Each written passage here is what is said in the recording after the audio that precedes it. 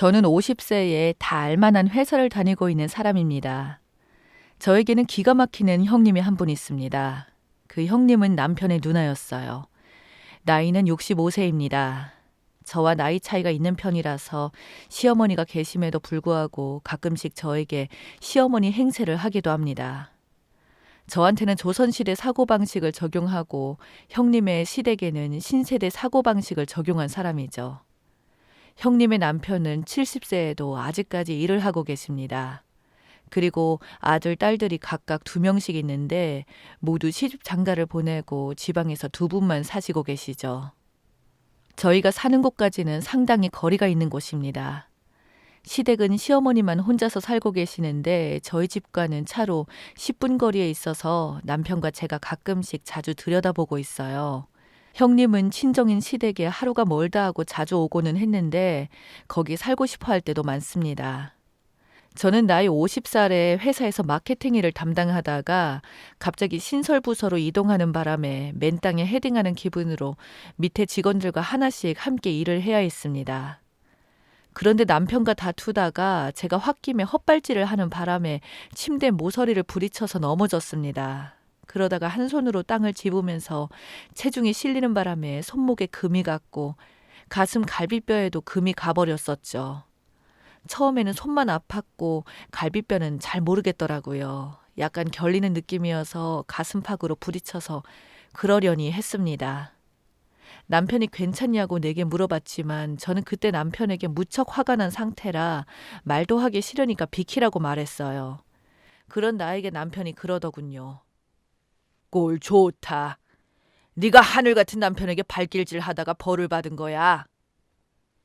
약 올리는 남편이 보기 싫어서 저는 남편을 안방에서 내보냈고 손목을 만졌는데 무척 아팠었죠. 운전대를 잡지 못할 정도라서 다음날에 병원 가서 엑스레이를 찍었더니 손목에 금이 갔다고 하더라고요.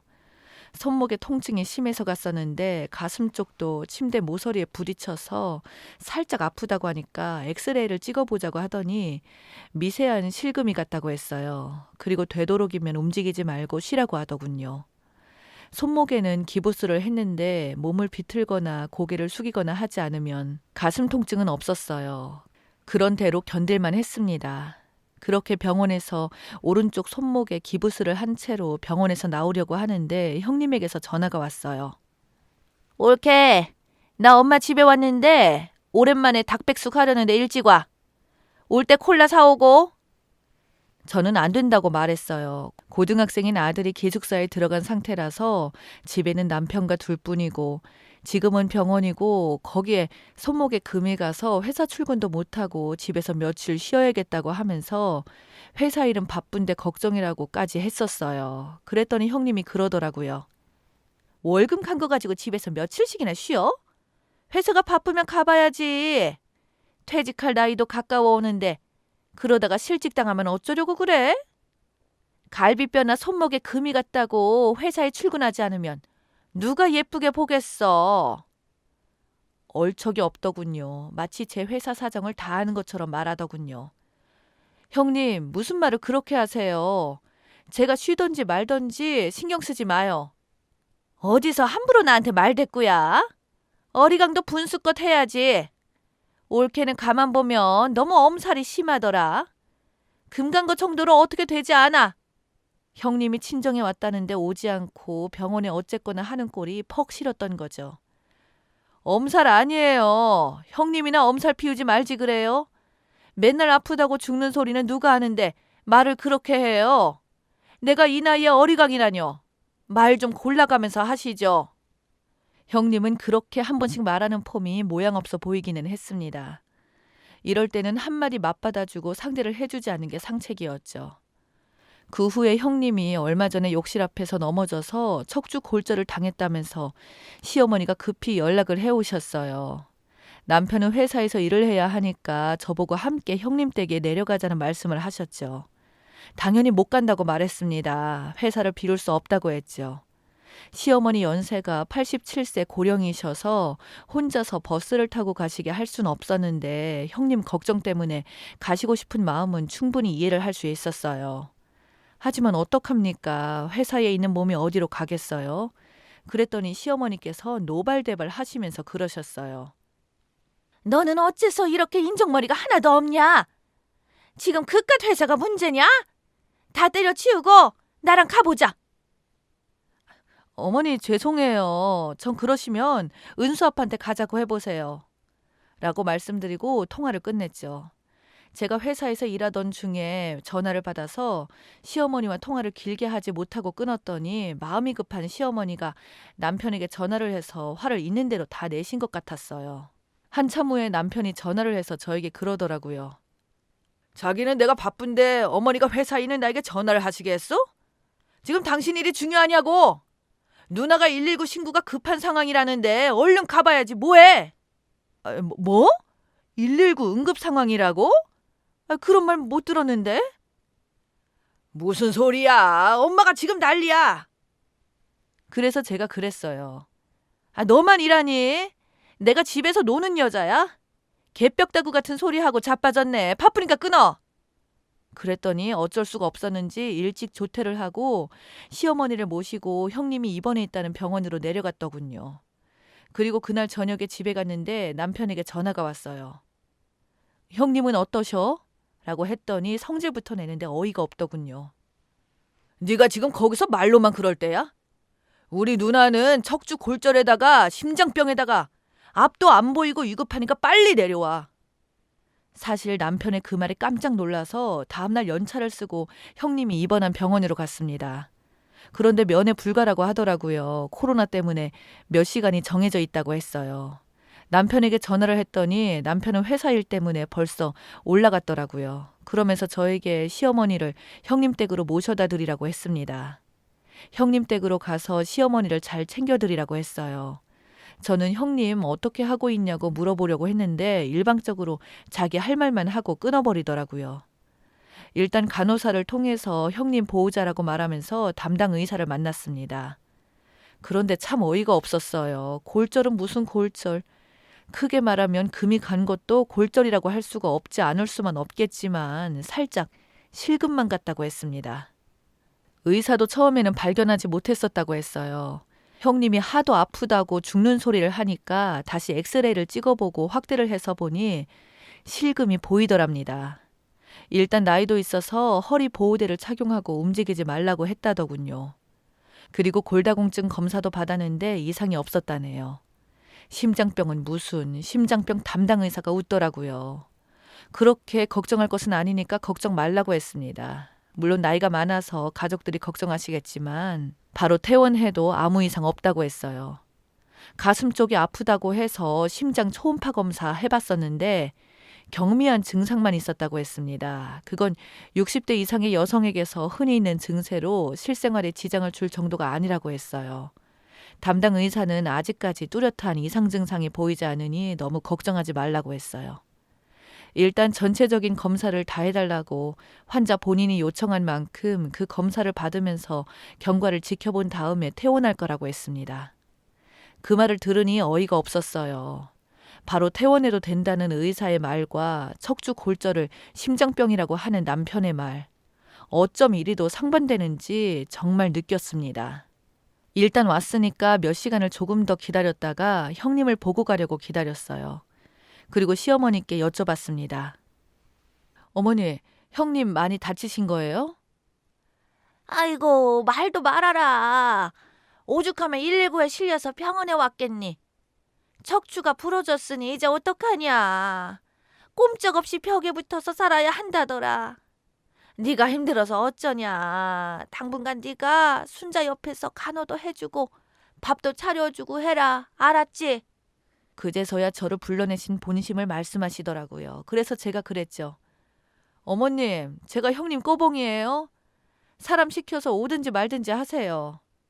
시어머니의 그 말에 형님이고 뭐고 그냥 올라왔습니다. 남편이 난리더라고요. 그래서 제가 그랬어요.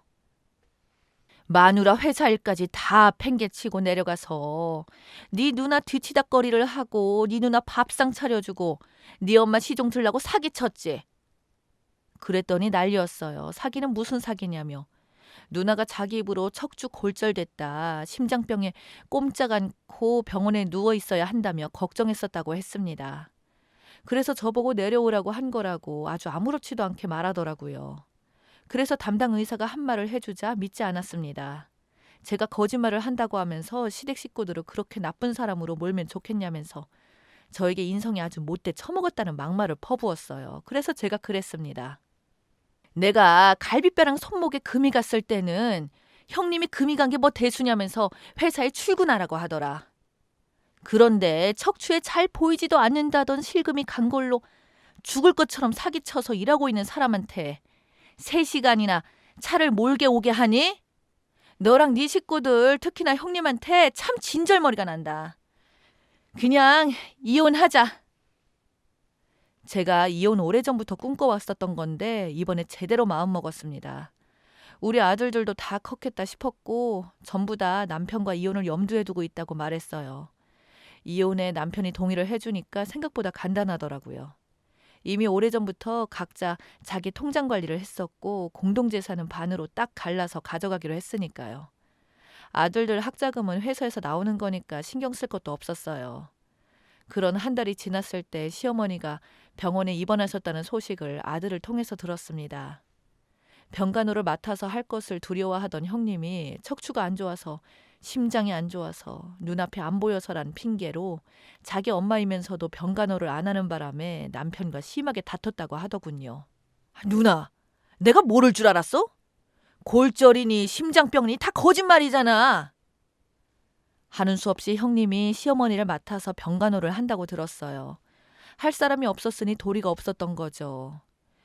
이혼을 조금이라도 늦췄다면 틀림없이 나에게 회사도 그만 다니고 시어머니의 병간호를 하라고 했을 텐데 참 타이밍 잘 맞췄다는 생각을 했습니다. 그리고 몇 달 후 잊고 있었는데 뜬금없이 전 남편이 저를 찾아왔어요. 몰골이 헬쓱한 게 한 10kg은 체중이 빠져 보이더라고요. 저에게 다짜고짜 제 두 손을 붙잡고 사정을 했습니다. 은성아, 부탁이야. 나 좀 도와줘. 이미 이혼한 전 부인한테 찾아와 도와달라고 하다니 어이상실이었습니다. 시어머니가 병세 차도가 없으시더니 급기야는 치매 증상까지 있어서 한시도 붙어 있을 수가 없다고 했어요. 형님이 간병인을 따로 두면서도 보살펴 왔었지만 간병도 못하겠다고 도망쳤다고 해요. 거기에다가 형님이 갑상선 저하 증세로 급작스럽게 살 30kg이 가까이 찌면서 계단에서 넘어져서 진짜로 척추골절이 됐다고 하더라고요. 그래서 같은 병원에 입원해 있는데 혼자서 시어머니 병간호든 뭐든 너무 힘에 부친다면서 도와달라고 염치 없이 왔더라고요. 그래서 제가 그랬어요. 왜? 내가 마음이 여리고 착하니까 또 그렇게 호소하면 내가 넘어갈 것 같았니? 식상해도 너무 식상하다. 한 번 사기친 걸로 끝내야지 똑같은 레파토리로 2번이나 사기를 치려고? 일 없다. 여기 오지 마라. 나 남자친구랑 함께 살고 있어. 또 한 번 찾아오면 내 남자친구가 너 어떻게 할지 나도 보장 못한다. 알았어? 꺼져. 뭐? 남자친구라고? 너 이혼한 지 얼마나 됐다고 벌써 남자친구야? 네가 무슨 상관이니? 별꼴이야. 그때 거실 쪽에서 제 남자친구가 누구냐고 하면서 내다봤습니다. 전 남편인데 말도 안 되는 부탁을 하러 왔네. 그러자 제 남자친구가 그랬습니다. 그래? 그럼 인사 좀 해야지. 라고 하면서 전 남편에게 다가왔어요. 전 남편은 기절초풍하면서 놀라 자빠지려고 했습니다. 전 남편에게 남자친구가 반갑게 손을 내밀면서 그랬어요. 반갑다 친구야. 나 사실 은성 씨 오래전부터 좋아했어. 마침 네가 이혼해줘서 잘 만나고 있거든. 우리는 곧 혼인신고하고 결혼할 거예요. 제 남자친구는 전 남편의 동창이었어요. 제 남편을 만나기 전부터 저를 좋아했었는데 제가 전 남편과 먼저 사귀게 되어버려서 참 많이 아쉬워했었다가 부인과 사별한 이후로 제가 이혼했다는 소식을 듣자마자 바로 저를 찾아왔어요. 제 남자친구는 전 남편에게 그랬죠. 내가 네 전 부인과 결혼을 하게 되어서 미안하다만 이젠 찾아오고 그러지 마. 내 와이프가 이 사람이니까. 그리고 내 결혼식 청첩장 동창들한테 돌릴 거니까 그렇게 알아. 그 뒤로 전 남편은 저에게 찾아오거나 연락하지 않았습니다. 그동안 내 덕도 모르고 고마움도 모르더니 끝까지 염치 없는 전 남편과는 정말로 잘 헤어졌습니다. 속이 후련하네요.